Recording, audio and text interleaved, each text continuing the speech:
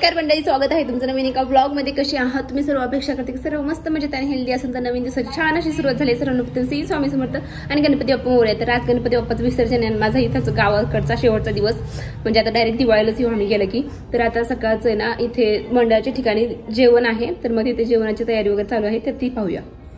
Last व्लॉगमध्ये तुम्ही पाहिलंच की मी अष्टविनायकला गेलते, मग तिकडं लोणावळा पण होता, मग तिकडून ही फेमस अशी चक्की आणली आणि एवढी छान होती ना, सगळ्यांना खूप आवडली। तर अनुसाठी पर्सवाली बॅग म्हणजे भरपूर काय काय आणलं होतं, प्रसाद वगैरे, मग तेच सगळ्यांना दाखवत होते सकाळी सकाळी की काय काय आणलं। कारण रात्री मी पहाटे 4 वाजता पोहोचले घरी आणि मग सकाळी मिस्टरांना जायचं होतं, कारण ते 2 दिवस इकडेच होते। मग त्यांना वाटं लावलं आणि निवांत झोपले। मग 2 वाजेपर्यंत झोपले, 2 वाजता उठले, थोडं फ्रेश वगैरे झालं आणि 3 वाजता इकडे स्वयंपाकाच्या ठिकाणी आले, म्हणजे शेजारीच आमच्या घराच्या शेजारीच।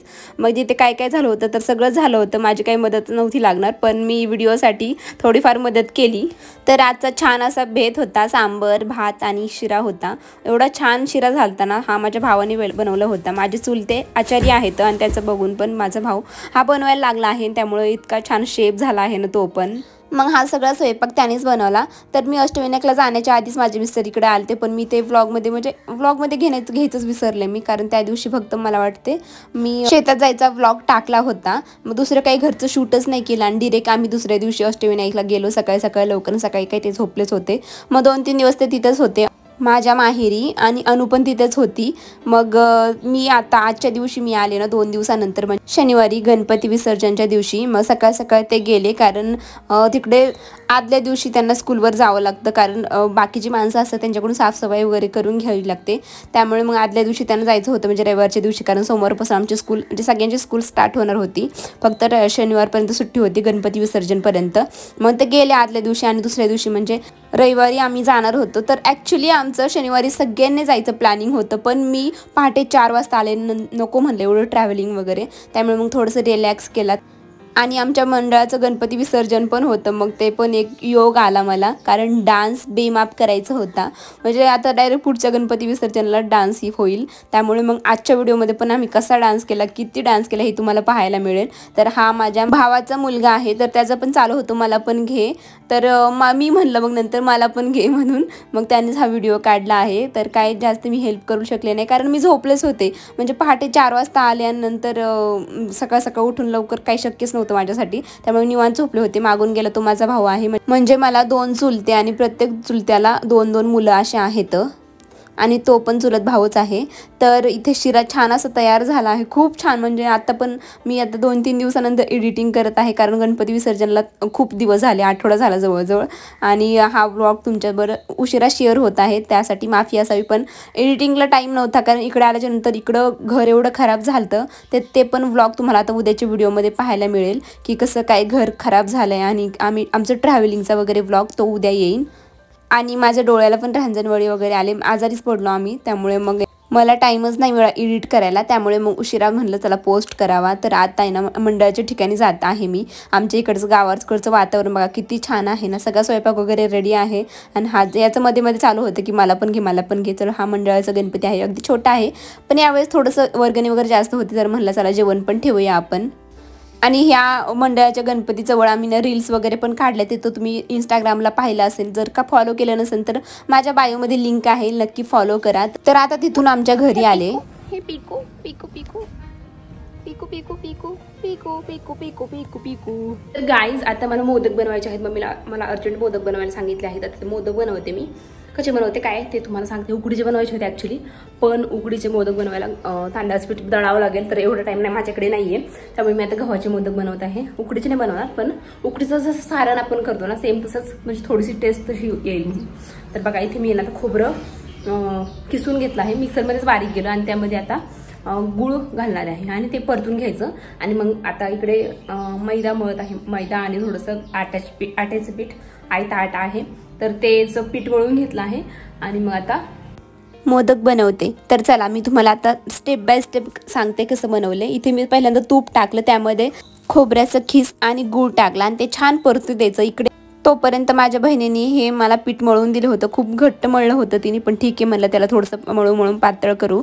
तर मी इथे ना मैदा आणि थोडं आट्याचं पीठ घेतलं आहे, म्हणजे दोन्ही पण समसम प्रमाणात घेतलं आहे। तर इकडे छान असं झालंय। त्या वरून मी इलायची पूड टाकली, कारण त्याने ना टेस्ट आणखी इन्हान्स होती। तर इथे मी ना छोटे छोटे गोळे करून छान लाटून घेतले आणि त्यामध्ये हे सारण भरायचं आणि अगदी मोदकाचा आकार द्यायचा। आता लहानपणीपासून सगळ्यांनाच आवड आहे मोदकाची, म्हणजे खायला पण आणि करायला पण। मला तर खूप आहे खायला पण करायला पण आवड, त्यामुळे मग आता इथे बघा मी कसं मोदक बनवते ना, एकदम छान अशा पाकळ्या बनतात। म्हणजे इतका पण परफेक्ट नाहीत, पण जे आहेत ना त्या ठीक आहेत।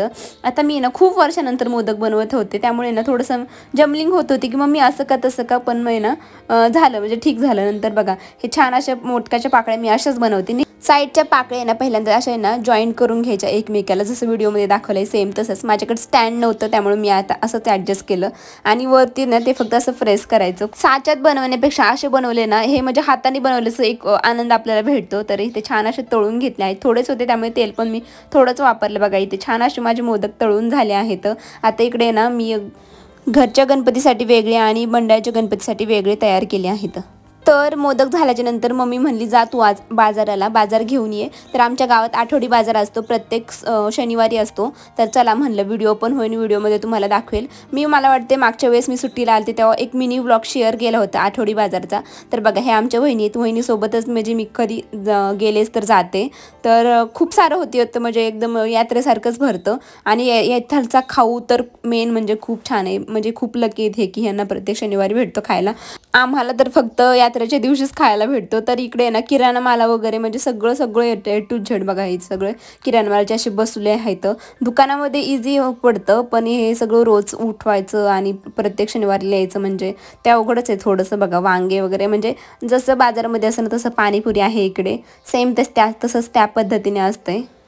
आणि आमचं जास्त मोठं पण गाव नाही आहे, पण 9 ते 10 वर्ष झाले हा बाजार प्रत्येक शनिवारी हा भरतो, म्हणजे भरतोच। कारण गावामध्ये ना एक असं रोजगार पण उपलब्ध झाला आहे की तिथेच पिकवा आणि तिथेच विका, म्हणजे हे छान असं सुविधा गाववाल्यांनी केली आहे आणि लांबून लांबून गावचे लोक पण इथे येतात। बघा हे मी तुम्हाला दाखवत होते, किराणा मालाचं दुकान पण असं ह्यामध्ये बसतं आणि प्रत्येक शनिवारी तिथे मांडायचं, म्हणजे हे मुश्किलच काम आहे, पण आता काय पैशासाठी हे सगळं करावंच लागतं। तर बघा इथे मी पण तुम्हाला दाखवत आहे की मी पण आहे म्हणून। आणि इथे मॉल होता, तर मॉलमध्ये वहिनींना काहीतरी घ्यायचं होतं, मग तिथेच गेलो होतो आम्ही। आणि हे आमचं गाव आहे, छान असं गाव। तर मी ना फक्त भाजीपाला घेतला होता, कारण किराणा हा सगळा गौरींच्या फराळाच्या वेळेसच घेतला होता आणि शेतामध्ये पण भरपूर आहे आमच्या। तर इथे ना आले घरी आणि मंडळाची आरती चालू होती, मेन पाहुणे आले होते गावातले आणि नंतर घरची पण आरती करून घेतली। हा आमच्या भावाच्या इथालचा गणपती आहे, तर मी पण आरती करून घेतली। मग आमच्या घरची सगळं छत वगैरे सगळं काढून ठेवलं होतं, कारण उद्याच्या दिवशी लगेचच आम्हाला जायचं होतं, त्यामुळे मग नको म्हणलं की मम्मीला त्यांना परत त्रास, त्यामुळे सगळं आधीच काढून ठेवलं होतं। तर इथे वहिनींनी अनुला पण आणलं नाही, अनुनी आम्ही पण आरती केली आणि अनु म्हणत होती की नको जायला गणपती बाप्पाला। मग तिच्यासोबत आहे ना गणपती बाप्पाचे फोटो काढले, ती छान पिदत होती, बाय करत होती। आणि गणपती विसर्जन म्हणलं की सगळ्यांच्या डोळ्यात हे अश्रू आपोआप येणारच, कारण 10 दिवस आपण इतकं एन्जॉय केलेलं असतं। म्हणजे गणपती घरामध्ये असलं की एकदम पॉझिटिव्ह वाईब्स येत होत्या, पण आता त्यांना पण त्यांच्या घरी जायचं, त्यांची आई बोलवत आहे।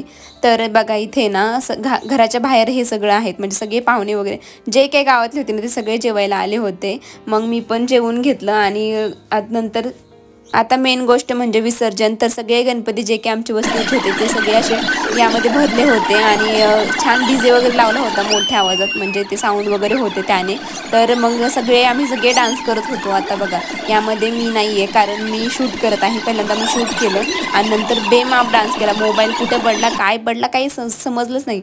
आणि दुसऱ्या दिवशी मला निघायचं होतं, तरी पण आदल्या दिवशी गुलालाने एवढी भरली होती ना की काय सांगायचं। मी त्या मुलांना म्हणत होते अक्षरशः की नका गुलाल हे करू, आता अनु पण काही कमी नाही आहे, माझ्यापेक्षा कमी नाही आहे, अनु माझ्यापेक्षा वर चढ आहे। ती पण बघा किती डान्स करत आहे।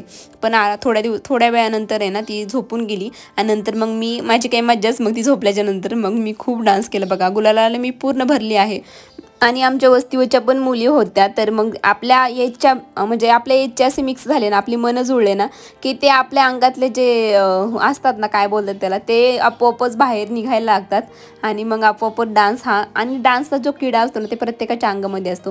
एकदा का गाणं वाजायला लागलं मोठ्या आवाजात तर मला तर लगेचच नाचायला येतं। आणि गावाकडचं म्हणजे माहेरचा हा शेवटचा दिवस होता, त्यामुळे मग तो पण एक स्ट्रेस ना नाहीसा झाला, कारण सकाळी उठून लगेचच आम्ही 6 वाजताच निघलो इकडून, त्यामुळे तर लवकर पोहोचलो। पोहोचलो. आता ते उद्याच्या व्लॉगमध्ये तुम्हाला पाहायला मिळेलच की आम्ही कसं काय ट्रॅव्हलिंग वगैरे केलं. गेल्याच्या नंतर आमचं घर कसं होतं. ॲक्च्युली मिस्टर आदल्या दिवशीच गेलते तर त्यांनी अर्धी साफसफाई करून ठेवली होती. मग एवढी काही जास्त नव्हती पण 15 दिवसामध्ये, कारण तिकडं कंटिन्यू पाऊस होता त्यामुळे आतमध्ये ना सगळ्या सामानाला बुरशी वगैरे लागली होती. ते तर आता उद्याच्या व्लॉगमध्ये तुम्हाला पाहायला मिळेलच. त्यासाठी स्टे ट्यून. अजून पण चॅनलला सबस्क्राईब केलं नसेल तर नक्की करा.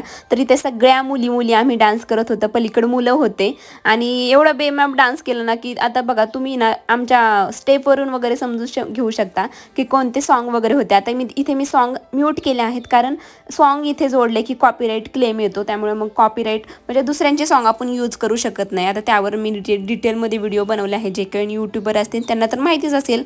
तर इथे छान असे डान्स करत होतो आणि आवडीचे गाणे लागले की आपलं अंग बरोबर हालायला लागतं. सगळ्या बायकांना आम्ही घेतलं कारण त्यांनी कधी एन्जॉय करायचं ना, त्यांनी रोज तेच कामं. मग चला म्हणलं सगळ्या वहिन्यांना मी ओढून घेतलं आणि सगळ्यांना डान्स करायला लावला. तर आणि प्रत्येक गोष्ट ना एन्जॉय केली पाहिजे. काय आलो गेलो आहेत असं नाही व्हायला पाहिजे. प्रत्येक गोष्ट एन्जॉय केली पाहिजे. मी तर माझ्या आयुष्यात आहे ना म्हणजे दुःख असतात ना ते अजिबात दाखवत नाही कोणाला, पण आहे ना जे एन्जॉयमेंट असते ना ते सगळ्यांना दाखवते. कारण आपल्यापासून कोणाला तरी मोटिवेशन मिळलं पाहिजे ना की आपल्यापासून कोणाला दुःख भेटलं पाहिजे.